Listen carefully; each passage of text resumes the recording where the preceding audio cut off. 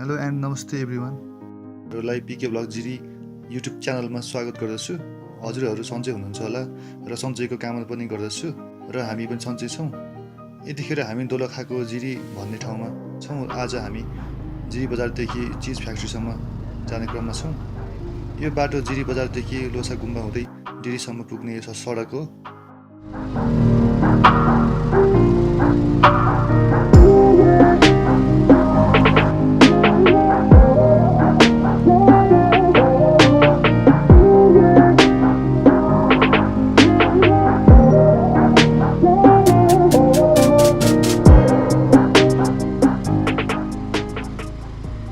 यो चाहिँ हाम्रो चिर्जुङ प्राइमेरी स्कुल हो।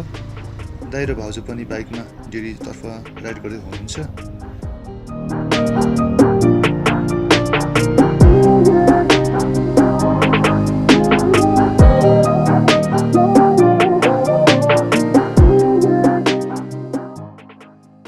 बाटोको वरपर पुरै गहुँले ढाकिएको छ र यसले गर्दा बाटोलाई पनि सौन्दर्य बनाएको देख्न सक्छौँ।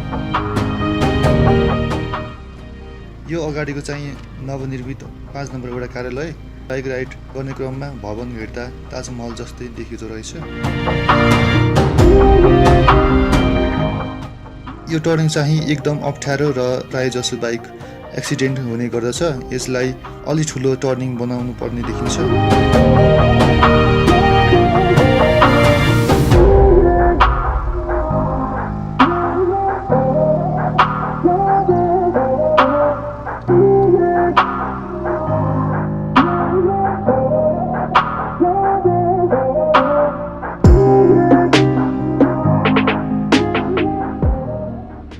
गाउँले हेर्दा एकदम राम्रो हरियाली देखिन्छ। यसलाई साके गाउँ भनेर चिनिन्छ।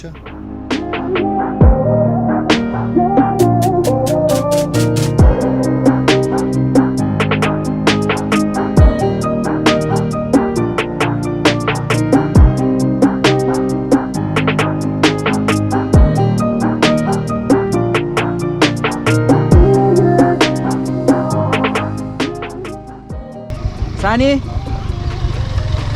माथि डायरीमा पुगेर आउँछु ल। सनमलाई भेटेर आउँछु। सानी नमस्ते। ल हामी माथि पुगेर आउँछौँ ल। पानी पर्छ होला, छिटो छिटो आउँछ नि, भेटौँला ल। हिँड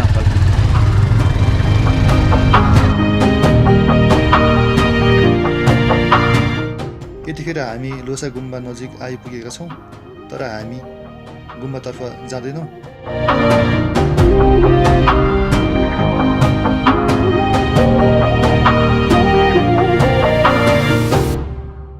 लोसा पुग्न लाग्ने क्रममा पुरै सोलिङको बाटो भएर होला बाइकले डबल रोड तान्न गाह्रो मानिरहेको छ।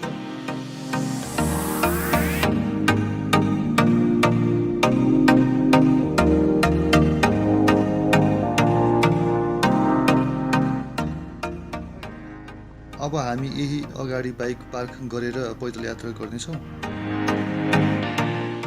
जिरी बजारदेखि चिज फ्याक्ट्री जिरी लगभग पैदल 1.5 घन्टा लाग्दछ।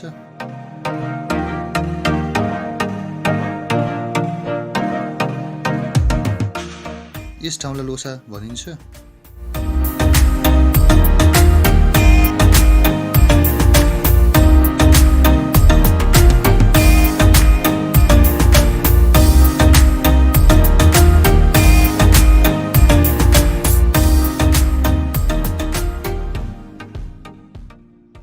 चिज फ्याक्ट्री जाने बाटोमा ठाउँ ठाउँमा चौताराको पनि निर्माण गरिएको छ।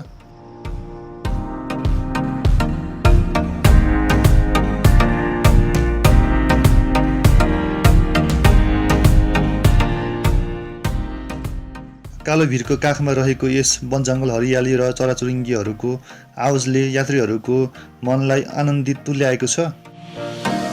यो चाहिँ हाम्रो डुगाङ डाँडा हो। यस ठाउँ गाउँलाई डुगाङ डाँडा पनि भनिन्छ।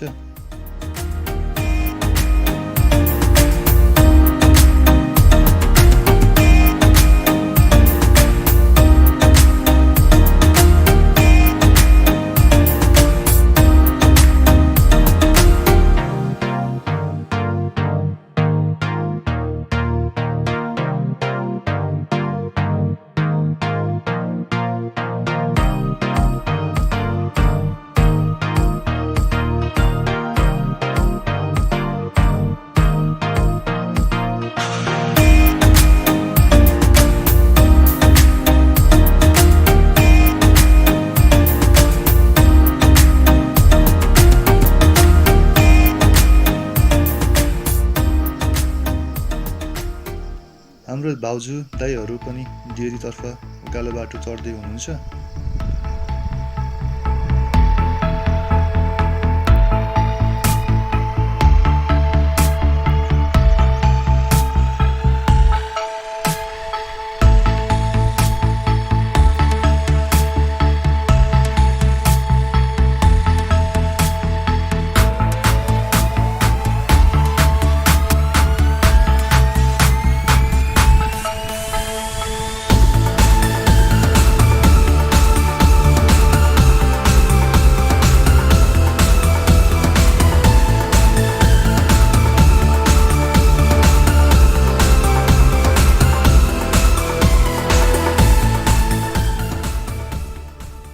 फाइनल्ली हामी डेरी पुगेका छौँ।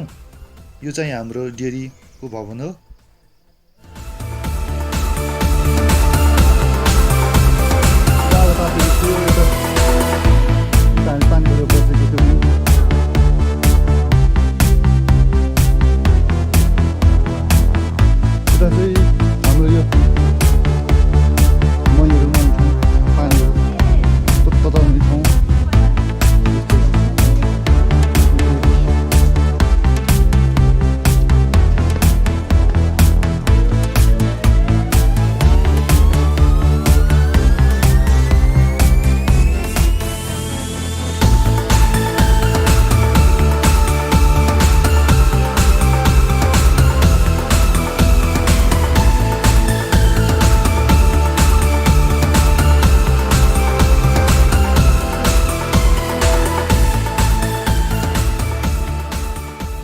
डेरी चाहिँ लास्टै 3 इन्भाइरोमेन्टमा रहेको छ।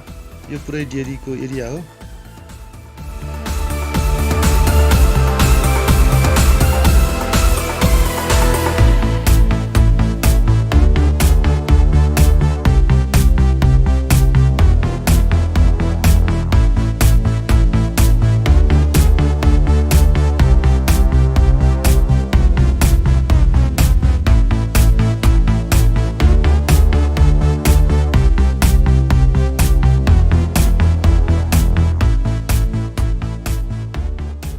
अहिले चिज बनाउने क्रममा हुनुहुन्छ उहाँहरू।